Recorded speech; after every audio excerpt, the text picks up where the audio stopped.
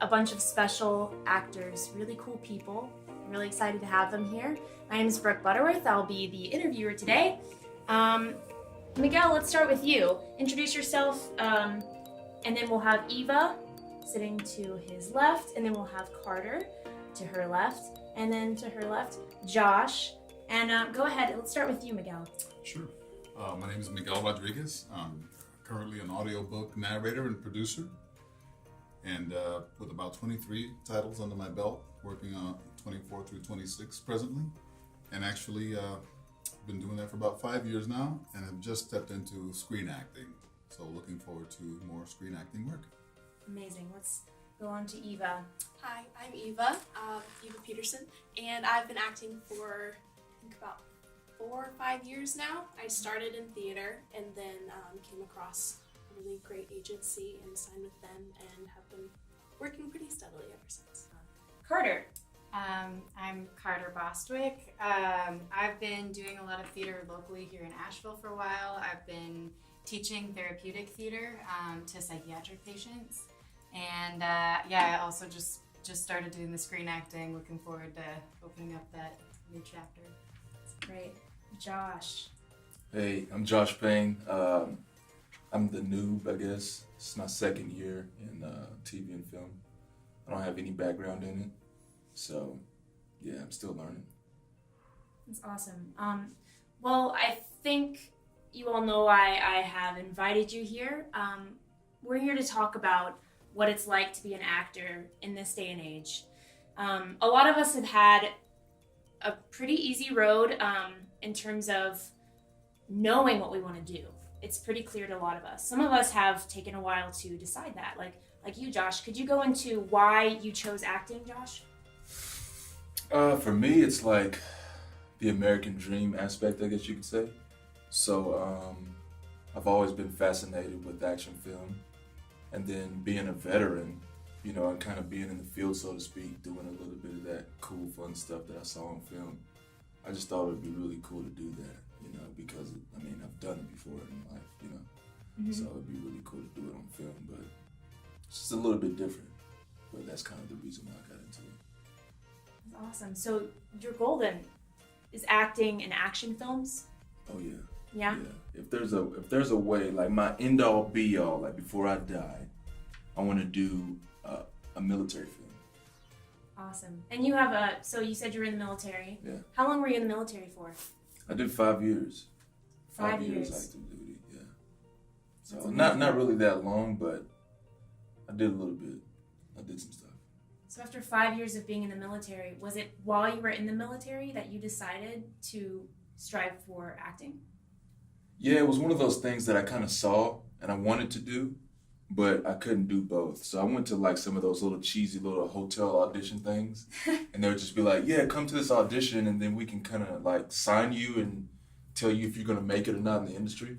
And of course I wouldn't, or I couldn't based on their standards. So yeah, it was like, okay, I need to commit to this full time some type of way. So yeah, I had a similar thing. I grew up in Tennessee. Not many opportunities there in the small town of Maryville. I remember we heard on the radio there's some Disney agent was going to come, so we auditioned for that.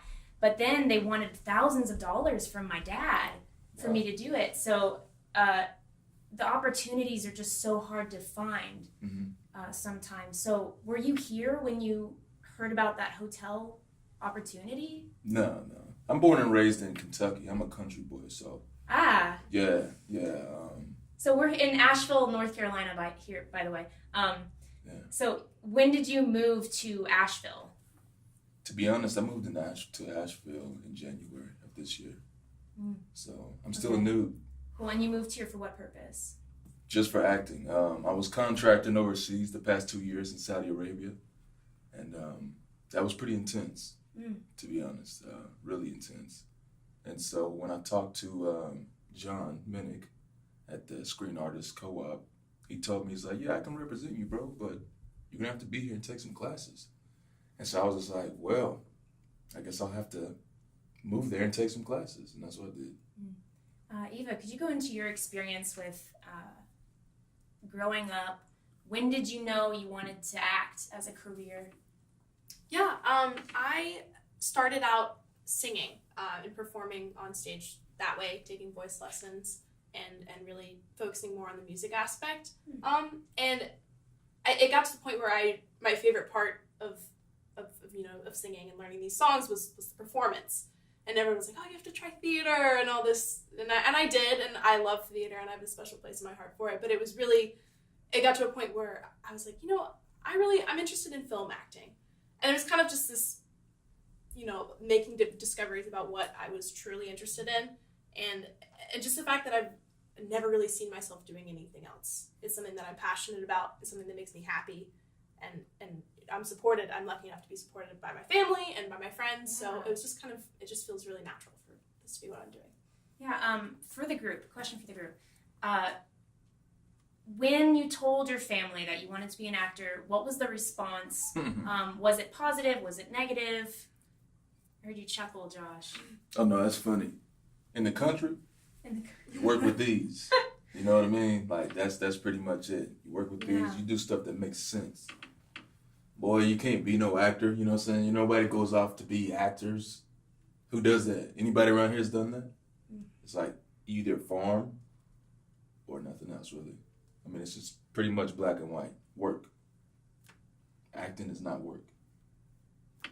Yeah, and most of the culture's eyes, acting isn't work. It's not stable. And that's another reason why we're here. We're here to talk about the climate, what it's like to be an actor right now. Carter, do you have anything to add to that? How did your family react? How is it currently for you? Well, actually, those are two pretty different answers, how it is currently and how they initially reacted, because actually I have a brother who's 13 years older, and he's an artist, and when he told my dad he wanted to be an artist, there was a lot of tension and a lot of like, you can't do that, you need to make money, there's no future there, and it caused a lot of tension, and it caused a lot of issues in their relationship. And so then when 13 years later my sister and I came along, and both of us we were both actors, we're both singers, we're very much performers. I think my dad had learned at that point that like he couldn't deny who we are as people, and he really like changed everything, and he supported us. He helped us go to school for it. My mom's always wanted us on camera, and so they've been very supportive from the get-go. However, recently I've noticed there's a lot more pressure from everybody in my family. It's like, oh, you aren't already famous 1 year out of college. You need to get a real job now. You gave it a try. That's enough. And it's sort of hard to explain that like it takes time, and you're not going to see results just like that overnight. And it's about building and momentum. And people who aren't in the industry don't really understand that, or the time it takes. They just see it as like, oh, you get to play and have fun, and if it works out well, then you're a millionaire, and if not, then you clearly shouldn't be doing it. Right, because we only see stars once they're in their prime, they're famous. We don't see the drive. We don't see the bottom of the iceberg, right? We only see the tip. Yeah. So, Miguel, you're on the other side of this. You've been in the military like Josh. Could you go a little bit into the change from military to voiceover? Wow. Well, it really wasn't so much of a change. While in the military, I actually had the opportunity to be the guy that was called on to read awards aloud. So I did a lot of public speaking, a lot of emceeing, a lot of award ceremonies, a lot of reading those long, intricate awards that are presented to people when they've done, super fantastic things and they're being recognized for them. And so I kind of had a knack for reading on the fly, for reading cold reads, really. Sometimes, you'd show up to one of these ceremonies and they'd hand you a sheet and it's like, well, the general's going to be here in about 5 minutes. So you've got that long to look that over and get out your pen, mark whatever you have to, and then just go ahead up there and do it. So the transition really wasn't that difficult. And also along the way, a lot of people said, hey, you've done a lot of these events. You maybe want, work in radio, work in something that, uses your voice. What was the moment, really wanted though? Radio. I don't know if there was a particular moment, except when I really took off with it was I actually went ahead, and when I retired from the Air Force, I was in Denver, and I went to the Colorado Free University And through there, I found a coach, a voice coach. And it was through working with Bill Smith at the acting studio in Denver that I realized that I didn't have to sit around waiting for him, to be discovered as a voice talent or what have you. He mentioned audiobooks. And when he mentioned audiobooks, I started searching around and plugging around, and then I found ACX, which is the Amazon, or rather Audiobook Creation Exchange, which is an Amazon platform. And on there, you don't have to really have anything except basic equipment and the ability to meet their requirements, their audio specs. And that's when I realized, hey, this is something I can do. This is something I can afford. It didn't require a lot of resources, and the opportunities just continued building and building and building. And then I had the good fortune of meeting an author who just really wanted my natural voice, not any kind of characterization. And that was really something that really turned it for me in terms of how I deliver, how I work, how I read now. And it was just that was a game changer for me. Would you say that that is what we have to do as actors now, is finding our own way to make things happen, not waiting around to be discovered? Do you think that is, I'm opening this up to the whole table too. You think that's a necessary thing? We can't wait around. We have to maybe make our own projects, do things that don't necessarily pay. Do you think that, what do you guys say? Absolutely. If you wait around to get seen, to get a job, then you're going to be waiting forever. And especially in this day and age, there's no excuse. Like, everybody has a camera in their pockets, and you can go online, you can learn about how to do it in the right way and in a good way. And think about how many web series there are out there, and YouTubers that got famous, and they weren't even trying, they were just talking into a camera. So if you are creating your own stories, it makes me think of Tina Fey and Amy Poehler and everyone who did Second City. They were all just friends working together and just creating stuff because they were tired of not having work. Right, it's creating an industry where you are, right? Yeah. Like Second City did, and now it's a huge program in Chicago. So Eva, you've had a different experience from a lot of us. You've had a bit of success. Could you go into anything that you might think would help the viewers who don't necessarily have as much experience? Yeah. There's a lot of disappointment in this industry, a lot of rejection, a lot of disappointment. You learn to grow a thick skin and, maintain that belief in yourself and use those around you to really build you up. But yeah, I've experienced disappointment like anyone else. Right. You get really close, you get booked and they recast it, it's just, it happens. And it's something that you have to realize, okay, this wasn't meant for me. Or this, I can move on from this and I'm going to find something else better. And it's true, if you work hard and you take these classes and you maintain that belief in yourself that this is what you're meant to be doing, and you're here for a reason, you made it this far for a reason, then it's much easier to overcome those challenges that you might face. But there are plenty of challenges. It makes you a stronger and better person. And a lot of us have had disappointment. We all have. That's life. Could you say, what was the main thing? Was it that faith in yourself that kept you going through those disappointments? What was the main thing that kind of turned the tide when those disappointments came? I would say the biggest thing, the most important thing to me was really the team behind me and my manager and my agent, and finding those really good people who believe in you and who can see from your perspective how this must feel, but also believe in you enough to know, okay, Find that tribe. yeah, something's better is going to come along. And really, because there are so many people who are not genuine and we were talking about earlier, just sitting around, about scams and just people that are after your money and nothing else. And I would say having my biggest thing that I've learned from these disappointments and these experiences is that the people around you and people representing you are so important. So important. Yeah. So it's really important to pick the right one, right? Exactly. Could we take turns going around and maybe say, what do you think is a struggle that can change in this industry? What needs to get better? Have equality between maybe big cities and then local cities in terms of opportunity. Could you go around and maybe you see something that needs to change? Is there anything you guys can think of? I can. One thing that I struggled with, in addition to being turned down with many auditions, and finding it in your heart that this is really what you want to do and not letting anything shoot you down. And of course, having a good support group around you, but also having that strong attitude about it.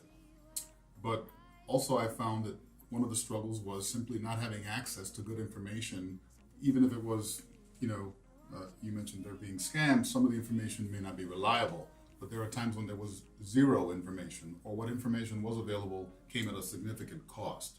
Yes. And so I think that one of the things that can really help, regardless of where your market is or where you are in the country, is finding those people who not only can be a good support system around you, but finding those people who have even a little bit more experience than you do, and who are then willing to share that experience and that information with you because of that's, because it means something to them, not because it's, monetarily driven, not because there's a profit to it.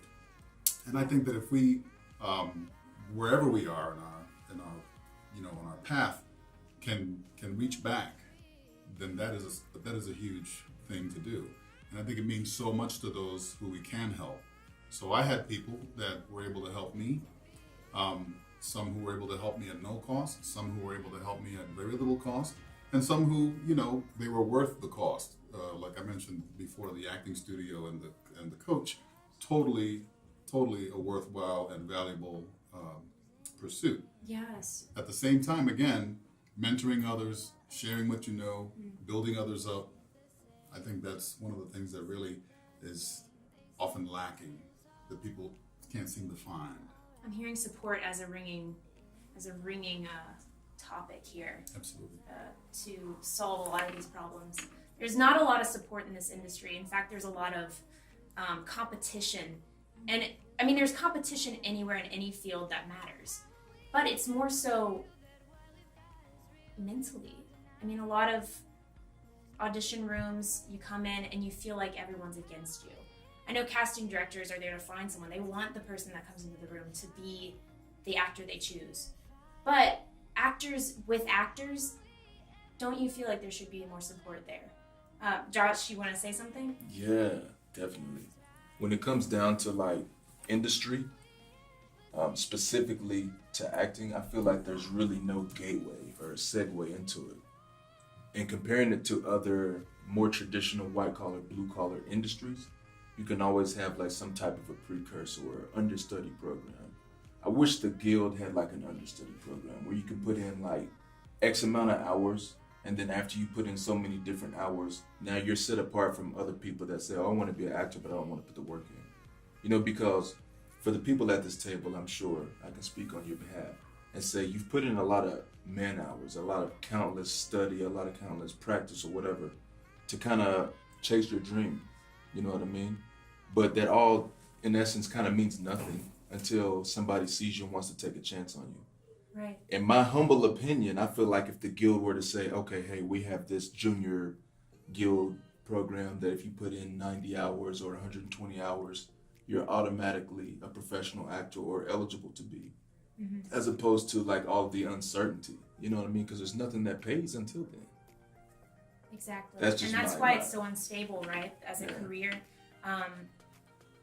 I hope one day we can all help other actors feel supported. We can help other actors get a good try. That's really what these videos are about. We're here to really gather together, really support people, try and give them a way to find a tribe. Do you guys have anything else to add yes, Carter? Yeah, I just want to add to that about the support and about what you said about putting the time in and whatnot. Because I moved here to Asheville from LA, from acting school in that area. And I grew up in an incredibly competitive environment. And I moved here to have a year away from acting for a bit. And this was where I found a tribe. And it's blown me away how supportive everyone here is. And I think it's just important to keep in mind that there is no right way to do it. I was wanting to give up on acting because I had never felt supported by a fellow actor. And I think what happens is people get so focused on advancing their careers that they forget to think about who they're being as humans and how they're treating one another. And our art is so vulnerable and it's so personal. I mean, yes, you add characters, but it's your heart and soul. Mm-hmm. And so if you're striving after something so far outside of yourself that you forget to be kind to the person next to you, I think you've lost touch with the goal and the essence of what this art form is. And so I think it's important to know that, like, those places full of competition, yes, it seems very flashy and like, oh, that's what's gonna happen and like that's where my career is going to take off. But maybe the answers are actually in the woods somewhere. You know, like it's about exploring and taking time off of the path that you think you have to be on. And then that leaves room for discovery, which I think is in essence what acting is about. Yes, absolutely. This came up in class yesterday evening, and it was a clip we watched with Bryan Cranston speaking on this topic. And what he talks about is showing up for auditions, not with the hope of getting a job. That we as performers, as actors, even voiceovers, when you're submitting an audition, you're not looking for a job. You're going in there to give your performance. You're passionate about it. It means a lot to you. You love it. It's what you do because you love doing this. And so if you have that attitude, I think it also strengthens you, and it keeps you from being so attached to the result of the audition. In other words, you're going to leave the audition thinking, oh, I did this wrong, or oh, I did that wrong, or oh, I could have done this better, or what have you. When the truth is, you're not there to get a job. You're there, like you said, I believe earlier, to provide a solution for that director or that producer or that crew. You're there to provide a solution. And so you give your heart, you give your performance, and then that's it. You walk away from that, and if it's yours, it's yours. As you said, sometimes it's just not meant to be.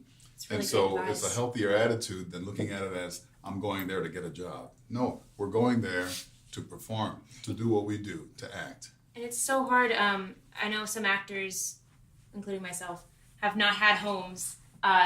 You don't always have income. And so it's so hard to go into audition and be like, oh, one thing could get you so much money and in the 6 digits, and not having that point of view can be detrimental because you're not the character, you're just thinking about money, you're wanting to, impress them instead of thinking, I'm the character. I think that's great advice. Yeah. Thank you for your input. Anything else you guys want to say?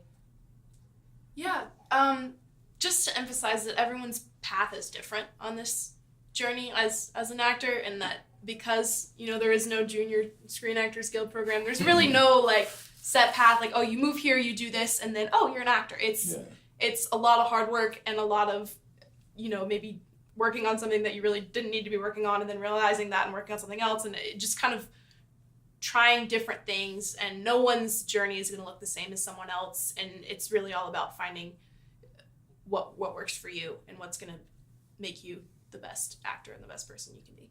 Always, because we're each so unique. We can't always follow each other's paths. Even if we know someone in the business, we can't follow their path. It's always going to be different.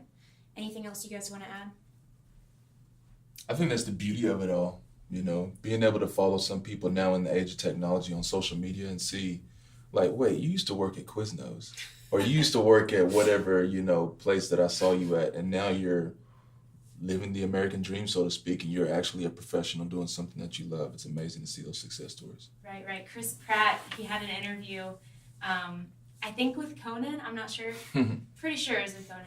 But he was a coupon salesman. Really? He would go door to door and sell coupons. But it's what we have to do, right? If we decide acting's such a different career than any other, you have to do many things to get there. Maybe do a different job, side jobs, whatever you will. To get to just an audition, you have to pay for gas. You got to have a place to stay. You got to be able to shower somewhere. Anything else you guys want to add about maybe a struggle that you think should be changed in this industry in the future? Social media should not be a descriptor for talent. I think that's quite honestly some BS, and I think that it's just don't ever look at Instagram or whatever and think like you need to be famous to get jobs, because yes, there are some people that will hire you for your following, but that's not what this is about. And just don't get lost in the surface level, and don't be afraid to like take some time away and work on yourself and save money so you're not terrified every time you go into an audition and you're like, oh my god, if I don't get this, I can't make rent. Like, just yeah.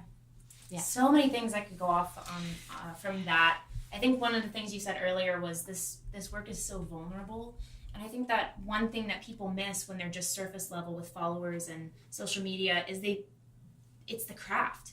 It's acting. They're missing the acting part of it, the vulnerability, the getting to that emotion and being there, being present in the scene instead of surface looks or not blinking. Yeah, blinking too much. People who appeal to like everybody on social media usually do that at the expense of their individuality. And the strength of an actor is in their individuality and what makes them unique. Well said, well said. That's so enlightening, and I think that it's such a great thing to really meditate on, especially if we have younger people watching this. It's great advice, and thank you guys so much for coming. Hopefully we can get together again. Yeah. Cheers. Cheers. This is a great first actors meeting. Thanks for having me, by the way. I appreciate it. Thank you for having me. I appreciate you. You guys are great. I'm really glad you're part of my tribe. I just spilled tea all over. That's what it's made for. Yeah, right. But yeah, thank you for watching. I will see you guys in the next video.